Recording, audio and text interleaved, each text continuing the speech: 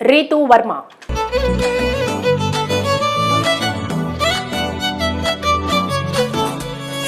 Swag cinema అందరికీ నచ్చదు, ఆ సినిమాలో ఉన్న లోతు అందరికీ అర్థం కాదని అంటోంది టాలీవుడ్ హీరోయిన్ రీతూ వర్మ.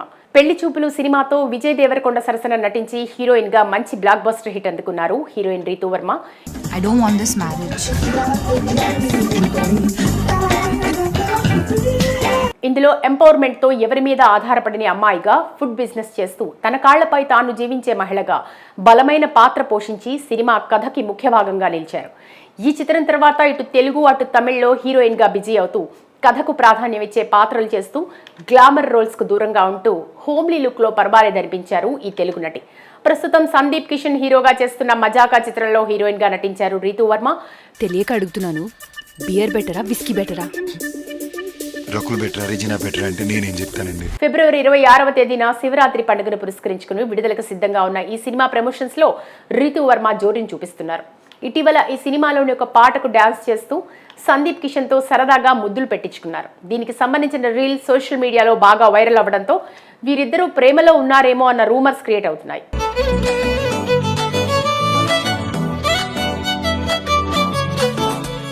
ఇదిలా ఉంటే ఈ మధ్య ఒక సందర్భంలో రీతూ వర్మ తను ఇంతకు ముందు నటించిన స్వాగ్ చిత్రం గురించి కొన్ని ఆసక్తికర వ్యాఖ్యలు చేశారు. ఈ సినిమా అందరికీ అర్థం కాదని, కథని అందులో ఉన్న కథనాన్ని అర్థం చేసుకునే లోతు తెలివి అందరికీ ఉండదని తెలిపారు. అయినా కానీ ఏం పర్వాలేదు, ఈ సినిమాలో నటించడం ద్వారా నటిగా తను చాలా సంతృప్తి పొందానని చెప్పారు. అయితే ఆమె చెప్పిన స్వాగ్ చిత్రం గురించి వివరించుకుంటే, పోయిన ఏడాది విడుదలైన ఈ చిత్రంలో శ్రీ విష్ణు 5 పాత్రల్లో కనిపించారు. ఈ 5 పాత్రలు దేనికవే ప్రత్యేకతను చాటుకుంటూ కథను ముందుకు నడిపే విధంగా ఉపయోగపడ్డాయి.